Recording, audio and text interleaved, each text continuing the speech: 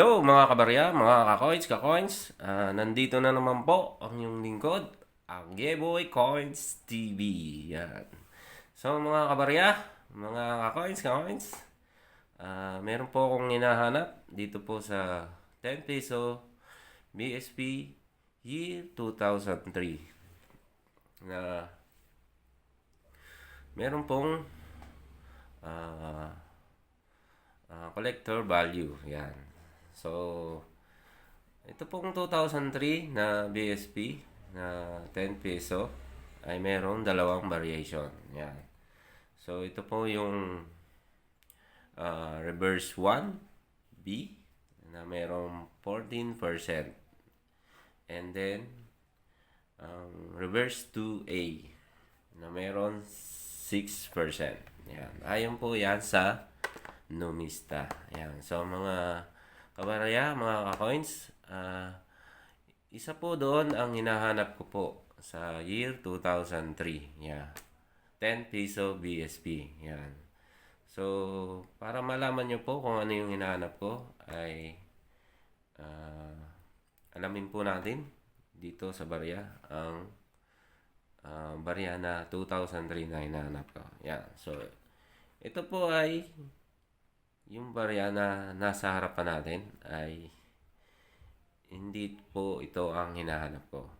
So, ito po yung isang variation na reverse 2, reverse 2A. Yan. So, paano po natin malaman kung reverse 2A siya? Yan. So, punta po tayo sa kanyang reverse.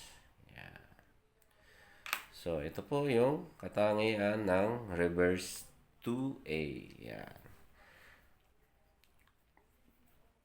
So, yung kanyang kagwil na medyo malalaki ang ngipin. Ito po yun. Yan. Yan. Yan po. And then, ang kanyang araw na medyo maliit. Yan. Pero, medyo mahaba ang kanyang sinag. Yan. So, ito po ay common lang. Kahit na po siya ay merong 6% ayon sa Numista, no? So, kaya ako nasabi siyang common ay malimit ko po siyang nakikita o nahanap. So, kaya sinabi ko siyang common. Compare pa dun sa isa na hinahanap ko na 2003 na reverse 1B. Yan. So, ito po ang hinahanap kong reverse. Yan. So, tabi po natin to. Ito po. Ang reverse 1. Yan. B. So, yung B po ay na malalaman po na sa kanyang star. So, ito pong barya po nating nasa harap ay sample ko lang na reverse 1 ng 2000 na sorry mga kabarya, mga ka-coins, no?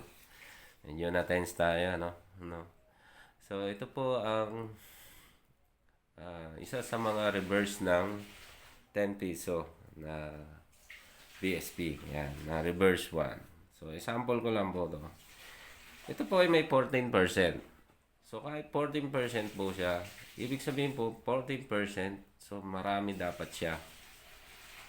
Kaya lang, sa laki ng kanyang porsyento, ayon sa Numista, ay hindi po ako makakita ng ganitong reverse 1B na 2003. Yan. So, ang malimit po ay ito. Yan. Reverse 2. Yan. Reverse 2A. So, ito po ang pagkakaiba ng dalawa, no? Yan. So, itong reverse 1B ay maliliit po ang ngipin dito sa kanyang kagwil. And then, yung kanyang araw. Yan. Na medyo mataba. Compare po dito. Yan. Sa kanang barya natin na reverse 2. So, malalaki po ang kanyang ngipin ng kanyang kagwil. Yan. Yan mga kabarya. Nakikita po ba ang pagkakaiba ng dalawa? Yan. So, ito po ang hinahanap ko. Reverse 1B ng 2003. Yan. 2003 po Yan. So, yan po ang hinahanap ko. Ganito pong reverse. Reverse 1B. Yan. Reverse 1B na sharp pointed star. Yan. So, kung meron po kayong barya na ito na ganito po, na reverse 1B na 2003, ay mag-send po kayo ng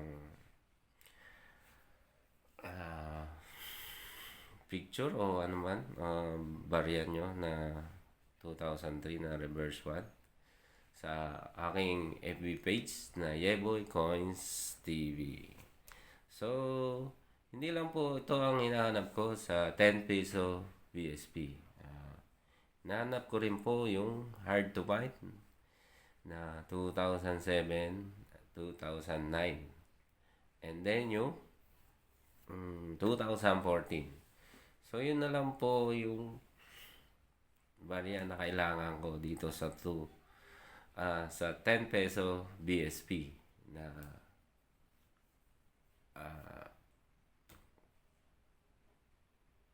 10 peso BSP na hinahanap ko pala.